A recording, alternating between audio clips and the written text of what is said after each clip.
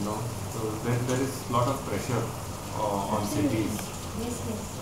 Panjim is a quaint city. It's a historic city. It has got heritage aspects in it. It has got historical aspects concerned with it. What we feel is there are certain areas in Panjim which can grow, certain areas which are heritage areas, certain areas which are conservation areas. What we actually have worked on is to maintain the charm of Panjim. Correct. There are areas which are highly commercial, there are areas which we want to maintain as conservation. There are areas where some intervention is permissible in heritage areas. Okay. So, Panjim is growing into greater Panjim. But how is this balance keeping up? The heritage is different and urbanization, when you call it, contradicts to each other. So how you see a balance between? We have worked in heritage areas for an adaptive reuse of their existing premise. Okay. If a heritage home can be converted into a homestay, if a commercial area in a heritage area can go into a boutique shop or a home food restaurant, these are the things which we have worked upon. So basically you are prevailing that heritage properties and also promoting the urbanization. So balancing it is a tough match, but yeah, it has to be met. It at times give a good impression also, a different feel.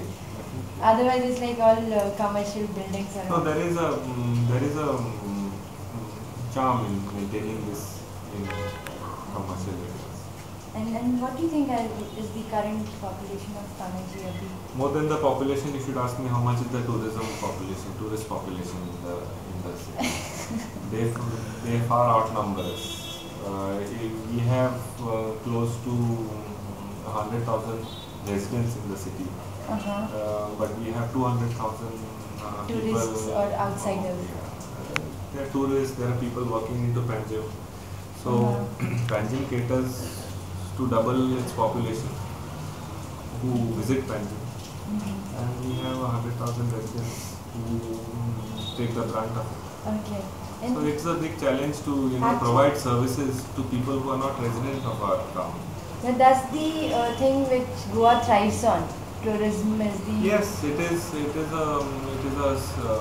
area wherein we have accepted that tourism is an industry in Goa. Absolutely. To that extent, we have to provide facilities for an industry, and it's a very demanding industry. Okay. So it demands services, it demands care, it demands nurturing.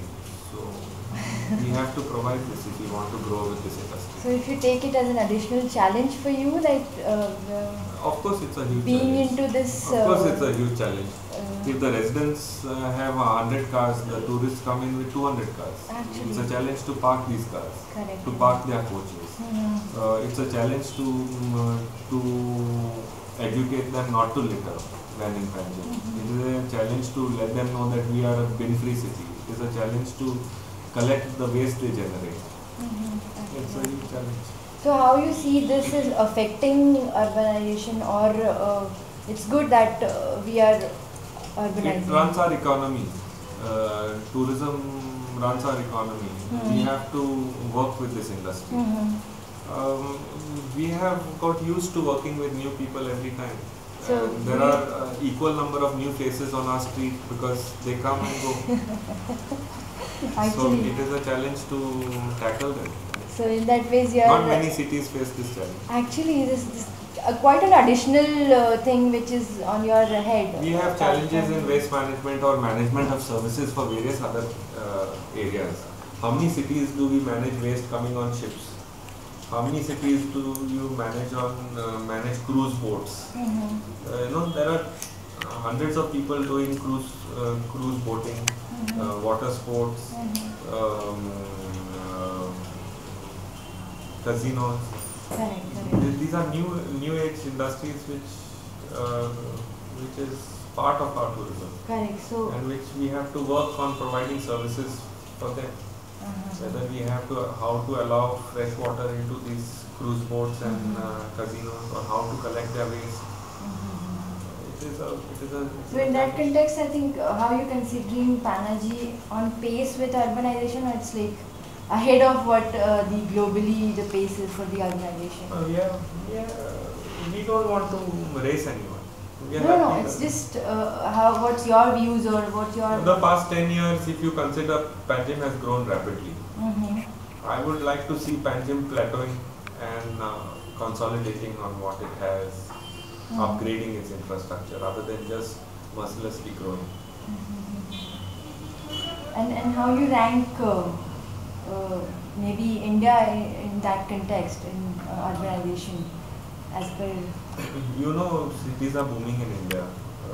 Correct. There is a statistic which says by 2030, almost 50% of India will be living in urban towns or cities, or more. Goa is semi-urban. I would call it rural. It is half rural and half urban.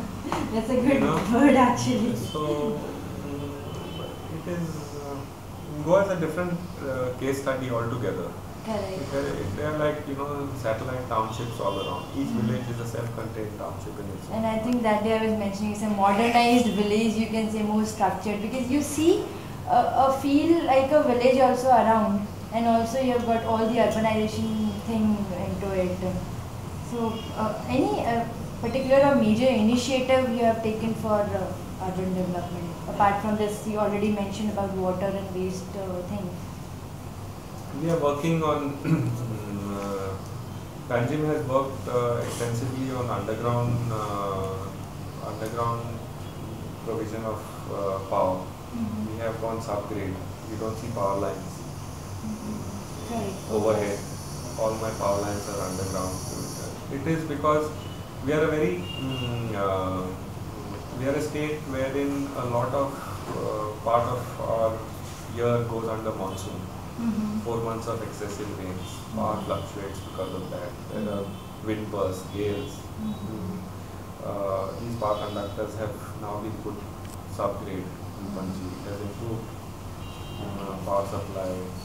So because of monsoon and other climatical reasons? Yeah, there is safety, there is better conductivity, there is no leakage of power. It helps. The safety is there.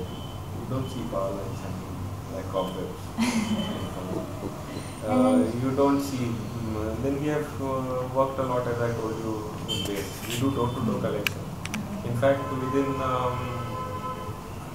within 2 hours, from 2 to 4, we visit we visit every house in Panaji. After 2 hours? In 2 hours. Achha.